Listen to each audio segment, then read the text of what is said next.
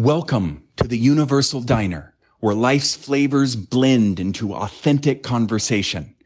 Join us at our spacious corner booth as we discuss and explore various topics such as natural health and wellness, yoga, plant medicines, spirituality, and more.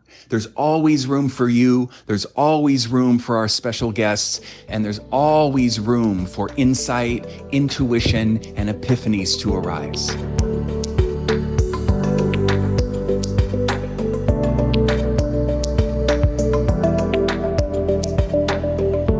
Simone, brother, how are you? Great to see you guys, as always. Simone, you feeling hungry? Yeah, getting there. You know, one of the things that kind of stands out at the forefront for me, and as we have these conversations, is just the importance of authentically relating, both like allowing ourselves to just be who we are and welcoming in whatever is arising and just beholding that and honoring each other for however you are showing up. So there's something in there around like authenticity and communication and, the exchange, and also, just being here together in this kind of constellation. Great. All right. Let's order a big dish of that. And I'm going to take that as an invitation to just like dive in deep and get a little personal and even vulnerable here, if I may. Please do. So in my life, the way that I communicate and express myself has often been seen as inauthentic, like cheesy. And that has actually caused me a lot of difficulty in my life, probably in ways that I don't necessarily even know. But I don't need to know than the situations that I know that it's backfired. And there's pain in that because there's like a misunderstanding because I'm being silly and playful as a way to invite silliness and play with an underlying awareness often that like, look, the whole thing is just a big, silly cosmic play. And I'm just acknowledging that by being somewhat theatrical. But a lot of people misinterpret that as me being inauthentic. And it's painful because, of course, one of the motivating factors is, hey, I want to connect. I want to play. I'm inviting you in as an aspect of let's get real with each other about what's actually going on, which is this whole thing is a big stage. All the world's a stage, right? And we are merely players. But if you can't meet me there, then you think, oh, he's just full of shit. And it's like, wow, yeah. So I'm so happy that we can be here and be real with each other, no matter what, come what may, come as we are. And as part of that, I can actually speak to this thing that's actually been an issue in my life. I get that I'm a cheeseball. I mean, I'm American, so I've got that working against me. Okay, so we're going to order one big helping of authenticity with a topping of cheesiness. Is that what we're doing here? Yeah.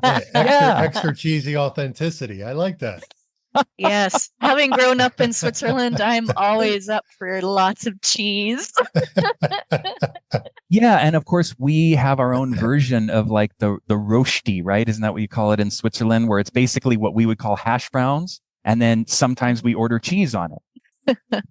They used to put like Velveeta. You remember, Velveeta? It used to be like American, crazy. I don't know what the heck Velveeta is, but anyway. No one does. I would actually. Well, I would authentically like to say Happy New Year's to you guys. We have just gone through the holiday season and celebrated New Year's here for me in Portugal and you guys in Thailand. Before we get too deep into the plate of authenticity with extra cheese, I just wanted to say Happy New Year to you guys. Thank you, brother. Thanks, Same. brother. Same. So it's always nice to connect with you guys. I would say, something that has reignited in me in this last week. And every time it does, I am always so surprised that I could ever get away from it and let it fall out of my life again. And in the past week or so, I have picked up my Kundalini yoga practice again. And, it's something that's been with me for how many years now? 20 years, actually. I did my first, 23 years ago, did my first Kundalini yoga class. And it's always come in waves in my life. It's like it captures me and I'm full power in it for a while. Then it goes away and then it comes back. And every time it comes back, I'm like, oh man, how foolish of me to think that I can get through my day and feel great without doing some sort of practice or doing this particular type of practice for me. So I'm super grateful that it's back into my daily life now and feeling really great with the daily breath of fires and ego eradicators and all of that good stuff. Great way to start the new year. Yeah, sure. And how else would Kundalini yoga come but in waves? Because that's how Kundalini arises. It's such a bizarre yoga practice. I remember going to my first Kundalini yoga class and actually my first yoga class period. And I show up at this ashram in Orlando, right outside of Orlando, Florida. This was 23 years ago. I had a very simple idea of what yoga was, that you bring a yoga mat and you're going to do yoga poses. And I show up and I arrive at this beautiful ashram and I walk in and I notice everybody sitting on sheepskins. I go sit down and I'm sitting there and the yoga teacher comes out and he's probably in his 60s with a huge long white beard and a white turban on his head and dressed in all white. And he sits down on a stage in front of a big, huge gong and brings his hands together and, okay, we're going to tune in. And he goes into the opening mantra. I didn't know what the heck we were doing, sitting on sheepskins and chanting and doing these funny movements. But all I knew is somewhere during that first class, I was hooked. Yeah, that was my introduction to yoga. And it was so far removed from what most people think yoga, probably most people think yoga looks like. Kundalini yoga is definitely Kundalini yoga. It's bizarre yoga, but I love it. I perceived it. I literally peeked in on a couple of classes relatively early in my yoga practice days. And it always seemed a little bit cliquish, almost to the point of being like a little bit cult-like. Very much. And also it seems really ironic to be practicing yoga on dead animal skin. So the whole sheepskin thing was like, what? And also, again, in fairness, and I guess this is becoming a little mini theme in the podcast for me, like inauthentic and cheesy, and vulnerable, more to the point. I think that I just wasn't that interested in and maybe even a little bit averse to doing that much work with my breath. And I didn't even think about it at the time. And to the degree I did, I probably thought, you know what, I'm doing enough breath work in my like regular kind of asana stuff. And on some level, I know that like breath work would be a key to like a lot of healing and release and stuff, but it just seemed like too intense. Like I'm going to be coming to this real extreme. So I think I kind of felt some aversion to it. And as soon as I heard the stories about Yogi Bhajan, well, way later, you know, relatively recently, it somehow kind of validated my aversion to that particular form of yoga. But I'm just using that as an excuse. Yeah, for me, going into it with zero expectations was the key. You know, I didn't know what I was even doing. Someone told me, oh, you should go to this ashram. So I showed up with zero expectations. And for me, that's kind of how I've stumbled into a lot of the practices that I've done over the years. I think having no expectations and just going into the yoga class was key. That makes total sense. Simone, you are a very experienced and accomplished yoga teacher in all kinds of ways, far beyond asana. I'd love to get your input into the conversation here. Otherwise, brother and I are going to eat all of this cheese and authenticity by ourselves. Yes, that's right. It's interesting that you say 23 years ago, because I would say that was probably roughly the same time that I stepped into my first yoga class, but it was very different in context too. I was living in Toronto, big urban city, and I was going to a Pilates studio, And somewhere in the flow of going to classes there, they started offering one yoga class a week. And that was my introduction to yoga. And I started attending those yoga classes and totally fell in love with the practice of yoga. Back then, there was maybe 2 yoga studios in that area of the city that, like there definitely was not a lot of yoga on anyone's radar. And I have to say that I probably practiced in that studio for about a year. And then, this was before there was even really email and internet. Internet was just kind of, it existed, but it was definitely nothing of, what we see today. And so I was reading Yoga Journal, and at the back of Yoga Journal was a little ad that said yoga teacher training in Bali. And, like you, it was this kind of like just feeling drawn to something. And I looked into it. And at that time, like you could only fax people. So I faxed the studio that was actually in Australia and signed up for this yoga teacher training across the globe, and ended up going to Bali for my first yoga training. And it changed the entire trajectory of my entire life. So, yoga was definitely the thing that totally changed the direction that I've been moving in, and has, allowed for an incredible opening of, so many areas of my life. And yoga was certainly probably the door that led to that, and continues in many ways. I just want to acknowledge that both of you had a considerable awakening or a period of expansion in your life related to showing up to Bali for the first time. Yes, indeed. Just noting that and honoring that, seeing that connection. And then, as Brother's daughter has sometimes said, and now me. And now me. Now, in fairness, she's 3 and she's discovering ego and boundaries and autonomy. And I love it. And I love to play with it. And since you have both shared your intro into yoga, I'm really inspired to share my introduction to it. And now me. Please do. I'd love to hear it. We've known each other for 15 years and I don't know this story. So I'm curious to hear it. Yeah, and I'm not even sure what the story is, but I imagine when I start talking, it'll come out. Well, I started practicing yoga based on a few asanas that were sketched out in the book Be Here Now. And I discovered that book, Be Here Now, I would say coincidentally, but of course, I don't believe in coincidences, in a small community college library in a small Colorado town when I was traveling around the Western US with a friend. And it was a real breaking free and a period of real consciousness expansion. We started off with a sheet of acid and a whole bag of mushrooms, and we ran out about a month or a month and a half into the journey. So I think that, that's very telling about what that trip was about. And we were really getting turned on and exploring and experimenting. Anyway, discovered this book where this guy, Ram Dass, who I'd never heard of before, was talking about his psychedelic experiences and how it led him to his own spiritual path. And it was like, this is the link.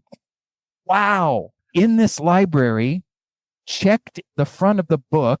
I saw that no one had checked it out in 2 or 3 years, and in a totally ironic move, stole the book. It's like the old Edward Abbey book, Steal This Book. Not Edward Abbey. Abbie Hoffman, sorry. Abbie Hoffman wrote a book famously called Steal This Book, and people were stealing it from bookshelves all the time. And it was this anarchist kind of cookbook. But I thought, you know what? This book is made for us.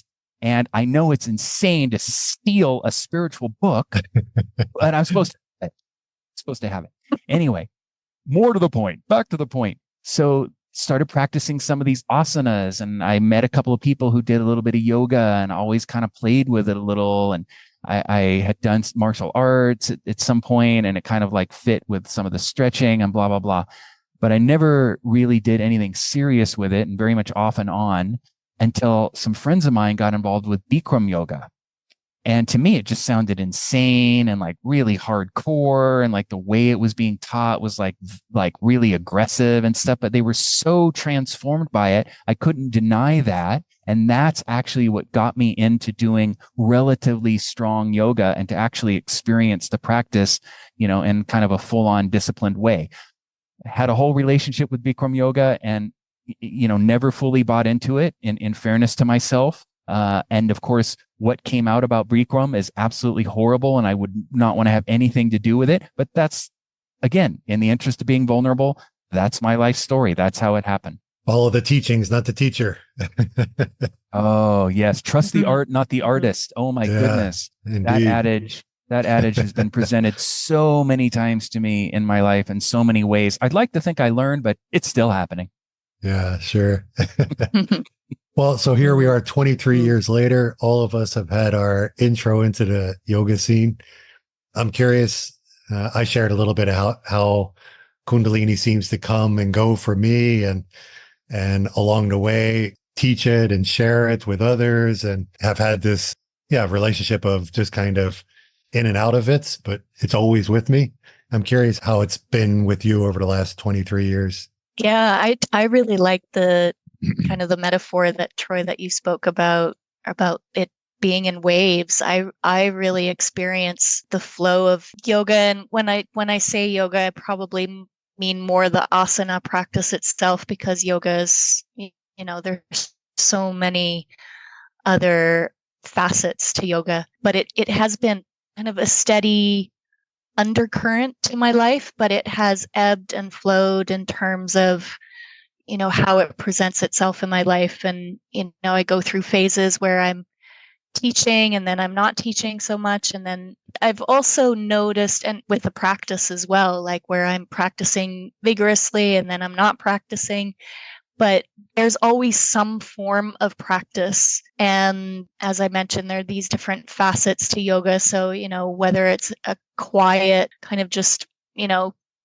holding a few poses for periods of time, flopping around in my bed, doing some yin poses, or not doing any poses, and then really focusing on just meditation or reflection or contemplation, or, fasting and cleansing. Like, these are all facets of the yoga practice in general. And I think, all of us have also had in-depth experiences with fasting and cleansing and different ways of working with nutrition and how to work with the mind and our emotions, and using different practices to engage with all these different levels and layers of our being. And I think all of that is yoga, but it ebbs and flows in how it comes in and what I'm working with at a certain time in life. And, that flows out and something else comes in.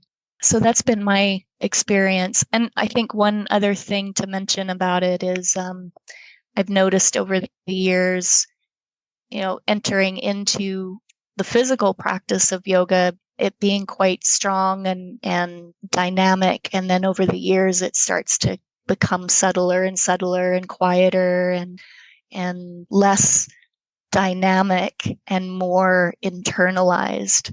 So I think that's also something that naturally seems to occur if one is a long-term practitioner of it. Yeah, we've all practiced and taught yoga in many different contexts, in many different countries and cultures over many years, and explored all kinds of related aspects of it. Obviously, Hatha yoga is a purification technique primarily. And so something like fasting and cleansing is kind of an inherent aspect of it, or at least runs parallel to it, depending on how you look at it and how you perceive it and such. And essentially, we've all lived quite yogic lifestyles. We have been modern yogis in many ways. And as you say, Simone, it's waxed and waned in its expressions or forms, or the specific application, direct, indirect, all of that. And, of course, it's been a huge formative part of all of our lives.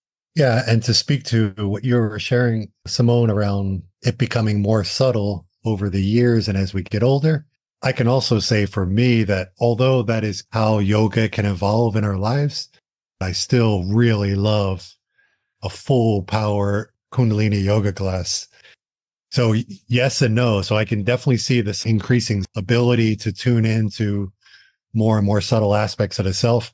And for me personally, I still love doing even extreme fasts from time to time when it calls to me, a deep water fast for 8-10 days, or an intensive yoga practice like I'm doing right now. I feel like at points in my life, I can be on an extreme one side where I feel really, really stagnant and there's just a lack of fire in my life.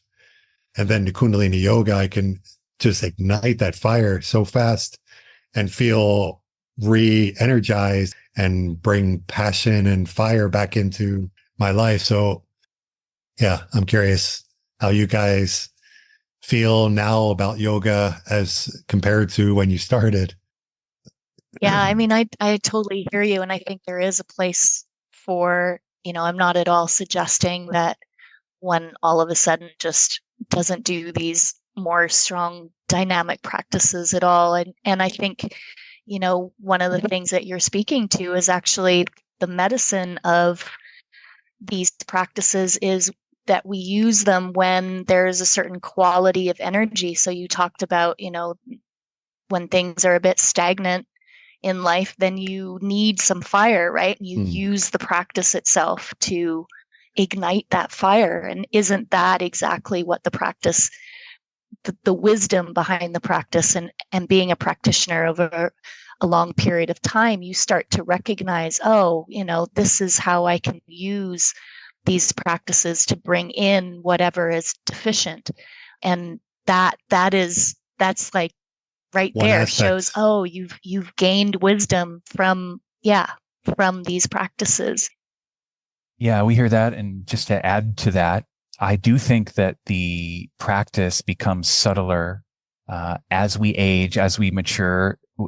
In general, life has the potential to become more refined. We don't need things to be as extreme or overt in order to benefit from their essence or experience their essence. So that's certainly part of my own experience. And then there's just a natural aging process where the intense physicality is not only less appealing and perhaps less helpful, but less accessible in some respects.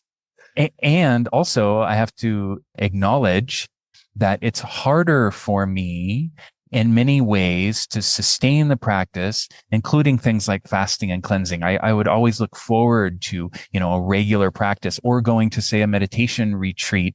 10-day silent retreats have been a big part of my life. It's just harder on my body. It's more difficult to make that shift, even though I know experientially how beneficial it is. It's harder to do. And of course, then there's stories about like, well, you were, a yoga training teacher and you founded a yoga school. There's all this stuff, I was very, very steeped in it. It's like, wow, how interesting to step away from it in some ways and then kind of dip back into it kind of as a beginner. And, there's also lots of stories about being involved in the yoga business. And I'll just wrap up my little wrap with that, is that one of the reasons I faded out of it is because I made the classic move of making my hobby my business, my passion my business. And I became so saturated with the yoga business, and everyone in my world was yoga, yoga, yoga. And I just started to kind of be not necessarily disillusioned, but maybe in part dissatisfied or just tired of it and just wanted to step out of it. And it made the actual practice less juicy. And so I really struggled with that for quite a few years.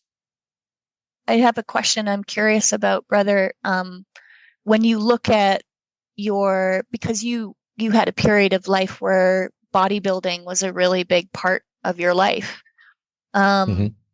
And would you say that that's something that you could pick up again, like that it draws you, or it could draw you back in? And would you train at the same level that you did at that period in time? Like, I'm just curious about that.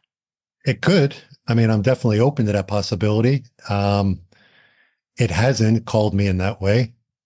However, yoga has called me back continually in that way. I practice now. I can say that I do my Kundalini yoga practice now in a very similar, if not the same way as I have over 23 years, albeit with a more subtle awareness. So my awareness of the practice has increased, like you spoke of, but how I practice, I can say there's really no difference over the 23 years. So bodybuilding hasn't called me back, but it could. Who knows? Yeah. Well, again, in the interest of authenticity, I welcome any confrontation when we're here sitting at the diner together. I mean, of course, we're all very good friends, and I think it's great that we challenge each other on anything that comes out that might not be serving us or might not be accurate, or in this case that, speaking in generalities. And I very rarely do. In fact, as a coach, I'm often calling people out on that. And I see, of course, as such, I see the benefits in making it personal. So I think that just kind of slipped in there. And I do think there's something to explore here, maybe, another time. But our bodies do change. And I think there's something to acknowledge about that, and yes, okay, so I'm speaking in generalities again here. But to honor your point, I'll speak to myself. My body has changed. I think in a relative way, my body actually stayed quite youthful and healthy for quite a long period in life. And then there was just a point when metabolism slowed down and the perceived energy reserves and the timing, as they say, losing a step, that has all happened. And I have the choice to acknowledge it and be with it and sort of grow old gracefully and accept that that's part of life, inviting me into letting go of my physicality and moving towards whatever is next, which one could say is very yogic, or like choosing to try to compensate for whatever the changes with some kind of youthful elixir or exercise or something else. Yes. Well, Simone, Troy and I spent a couple months together and we had this conversation a few times back, with each other. We see it similar in some respects and not so similar in other respects. Well, in the spirit of just being together as friends here at this booth and eating some beautiful authenticity, cheesy authenticity. I love it. It's amazing. I feel like I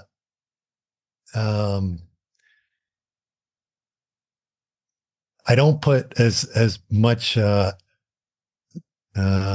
weight on the age and the aging process, and I don't know. I'm not sure why, but we talked about this, Troy, and your first few days here. I'm like, man, I noticed you mention your age a lot. You've mentioned it several times of how you're getting older and of course that is the reality. We're all getting older, but getting old, I feel, is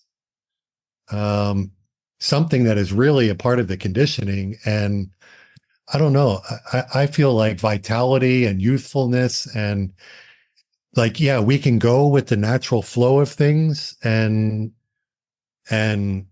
if that feels like your natural flow and move into that.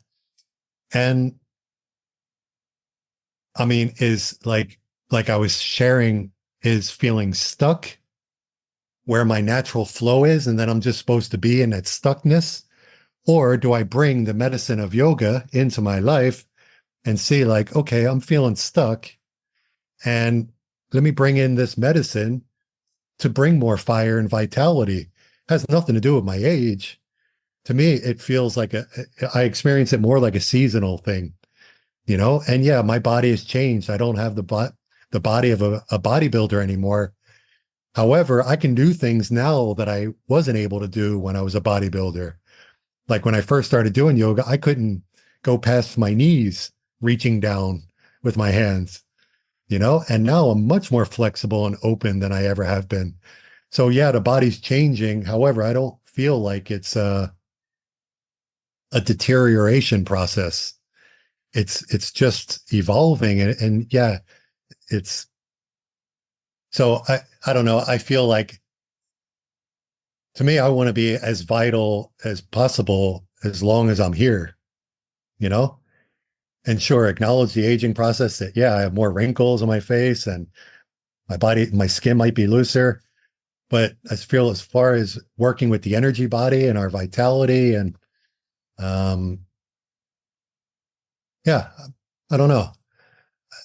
I see more and more beautiful examples of that people are maybe not resisting the aging process, but actually optimizing the human experience and actually growing older, getting older without getting old,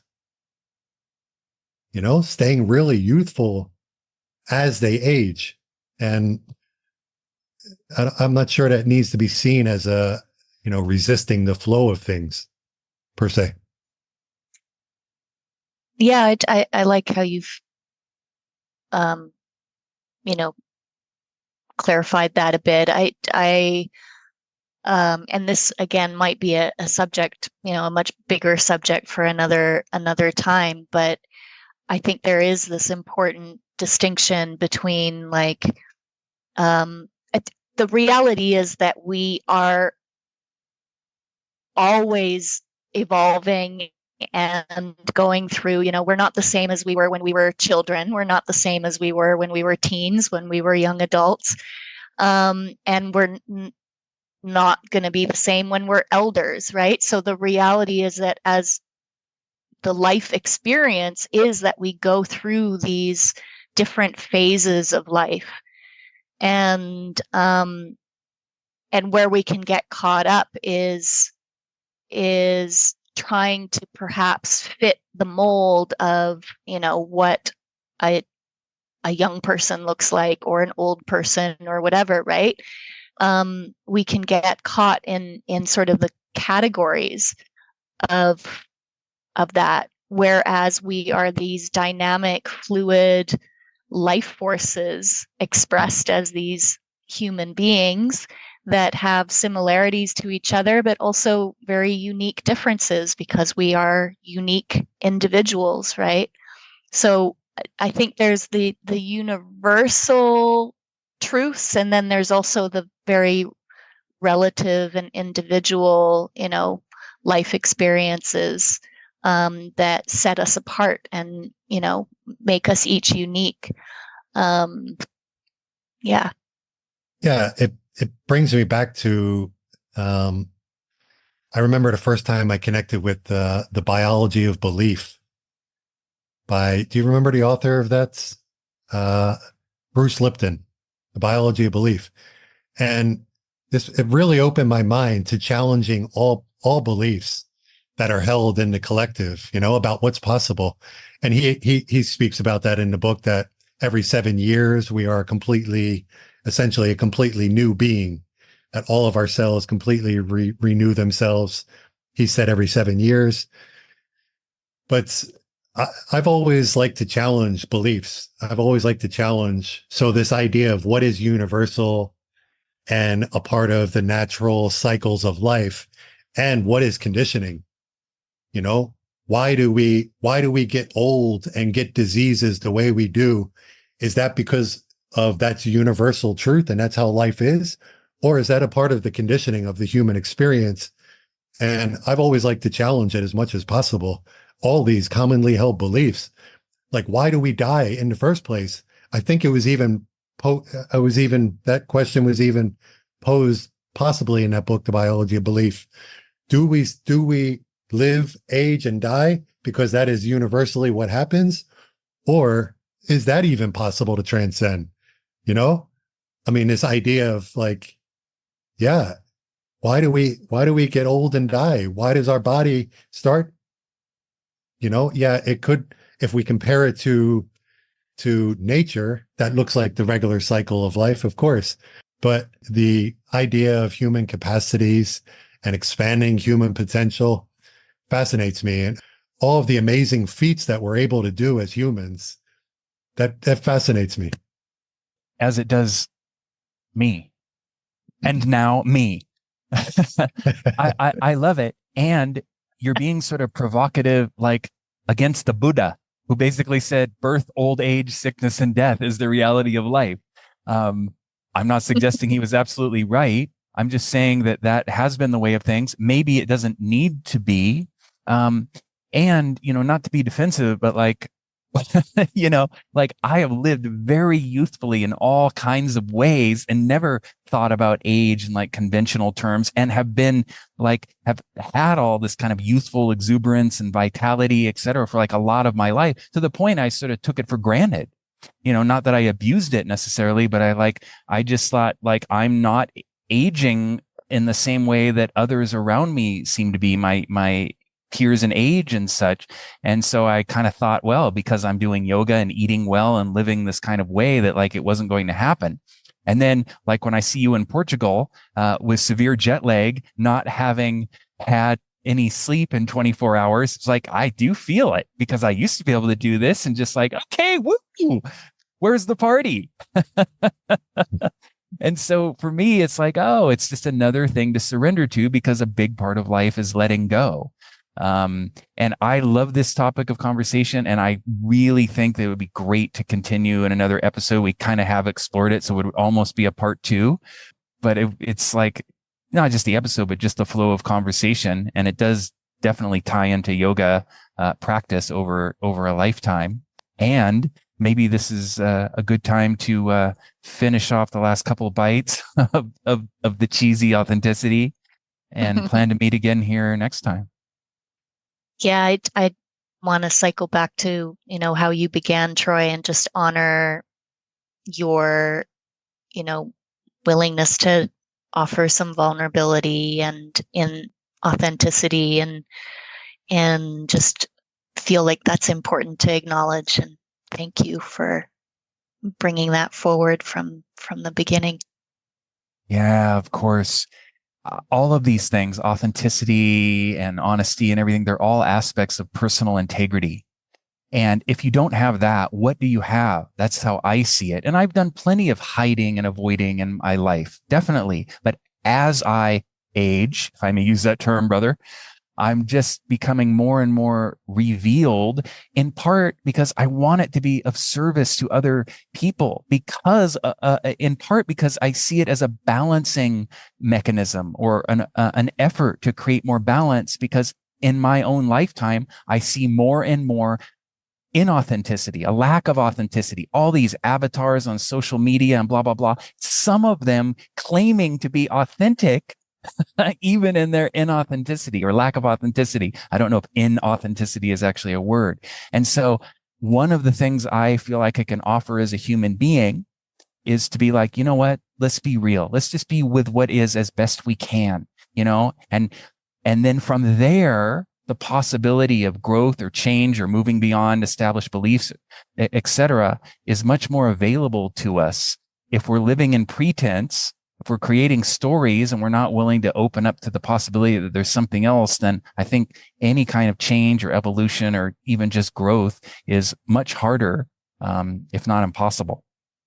Very well said, Troy. I honor the way you see the world, see yourself, express yourself. And I do feel like it's a balance of really being with what is and being authentic with what is. And do not believe anything simply because you've heard it.